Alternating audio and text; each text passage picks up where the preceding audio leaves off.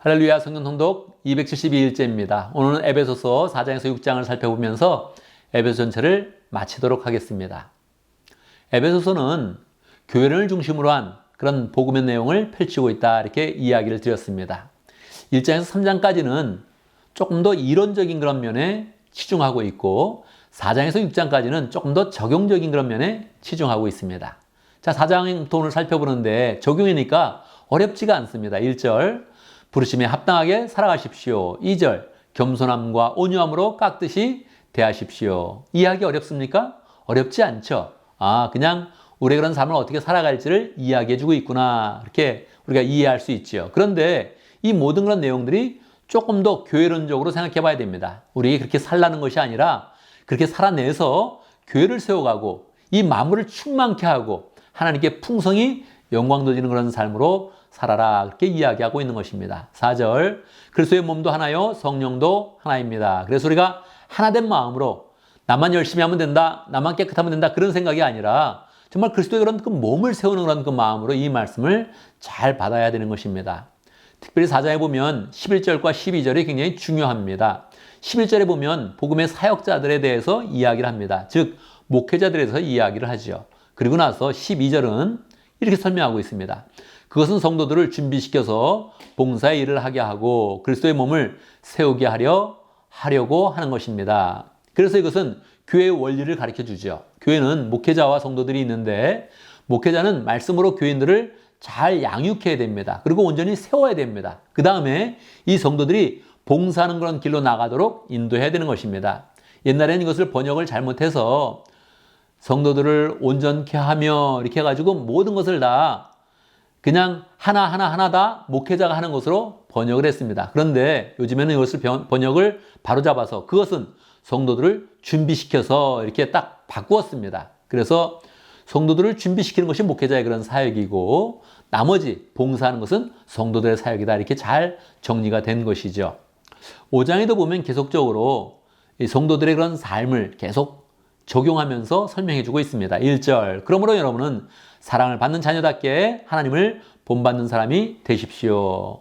주님이 우리를 사랑하셔서 자기 몸을 내어주었으니 그런 삶들을 바라보면서 우리도 서로 사랑하고 희생하는 그런 삶을 살아야 된다, 이렇게 이야기하고 있는 것이죠. 6절 이하도 빛된 자녀로서 어떻게 살아야 되는지 쭉 설명하고 있습니다. 그런데 에베소 5장에서 유명한 것은 18절의 말씀입니다. 술 취하지 마십시오. 거기에는 방탕이 따릅니다. 오직 성령 충만을 받으십시오, 이렇게 되어져 있죠. 이 구절을 보고 사람들은 술에 취하지 않으면 된다, 이렇게 해서 술은 조금씩 마셔도 된다, 이렇게 이야기하고 있죠. 이것은 굉장히 말씀을 소극적으로 접하는 것입니다.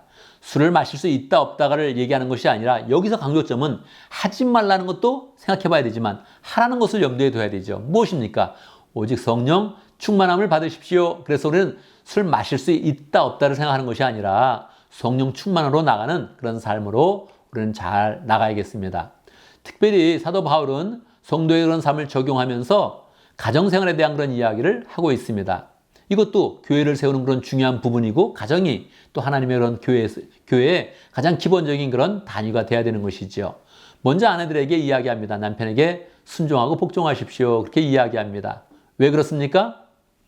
이것은 남편에 대한 그런 책임이 더 크기 때문에 그렇습니다. 남편은 또 어떤 그런 말을 들어야 됩니까? 남편은 예수님이 교회를 위해서 자기를 주신 같이 아내를 위해서 정말로 죽도록 사랑하라, 그렇게 권면하고 있습니다. 남편은 아내를 정말로 목숨 다해 사랑해야 되고 그렇게 사랑하는 그런 남편에 대해서 아내는 복종하고 순종해야 된다, 그렇게 이야기하고 있는 것입니다. 이것은 무슨 말이든 다 복종해라, 그렇게 이야기하는 것이 아니고 질서상으로 아내가 남편과 뜻을 같이 하여서 가정을 온전히 세워나가야 된다, 이렇게 이야기하는 것이죠.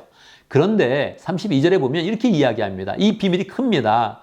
나는 그리스도와 교회를 두고 이야기합니다. 그래서 꼭 이것은 가정생활만 염두에 두는 것이 아니라 남편은 그리스도를 의미하고 부인은 교회를 의미해서 사실은 이 가정에서는 그리스도와 교회의 그런 사랑이 풍성하게 나타나야 된다, 이렇게 강조하고 있습니다.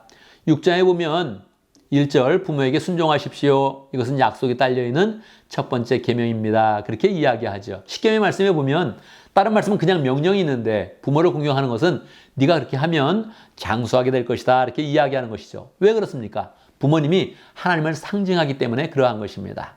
그래서 부모님은 하나님을 상징하는 그런 존재로서 자녀를 사랑할 때 하나님의 사랑으로 그들을 사랑하고 있는 것입니다. 그러니 부모님에게 복종하십시오. 이렇게 이야기하고 있죠. 6장 후반부에 보면 영적 싸움에 대해서 이야기하고 있습니다. 12절에 보면 우리의 싸움은 인간을 적대적으로 상대하는 것이 아니라 통치자들과 권세자들과 이 어두운 세계를 지배하는 어두운 세계의 지배자들과 하늘에 있는 악한 영들을 상대로 하는 것입니다. 그렇게 해서 우리에게 영적인 전투의 그런 본질을 잘 설명해 주고 있습니다. 눈에 보이는 것으로 상대하지 말고 이 어두운 세계를 지배하고 있는 악한 영들을 상대하면서 영적 싸움을 싸워라 이렇게 이야기하죠. 어떻게 영적 싸움을 싸우겠습니까? 옛날 성경에 보면 전신갑주를 입어라. 영적으로 무기를 다 갖추어라. 그렇게 이야기하는 것이죠. 어떤 그런 무기가 있을까요? 진리의 허리띠를 띠고 그 다음에 정의의 가슴막이를 하고 그리고 발에는 복음의 그런 전할 그런 차비를 차려서 복음의 신발을 신고 그리고 믿음의 방패를 가지고 제일 중요한 거 구원의 투구와 말씀의 검을 가져라 이렇게 이야기하는 것입니다. 그래서 우리가 영적인 그런 무기를 딱 갖추어서 전신갑주를 입어서 어떠한 영적인 전쟁이든지 이겨내면서 가정을 세우고 교회를 세워서 하나님께 온전히 영광 돌리는 그런 삶을 살아야 된다 이렇게 강조하고 있는 것입니다. 정말 우리가 다 빛된 사람이 되어서 하나님의 예정을 받은 온전한 그런 사람이 되어서 교회를 잘 이루고 교회를 통해서 하나님의 영광을 풍성히 나타내는 그런 삶을 살면 좋겠습니다. 감사합니다.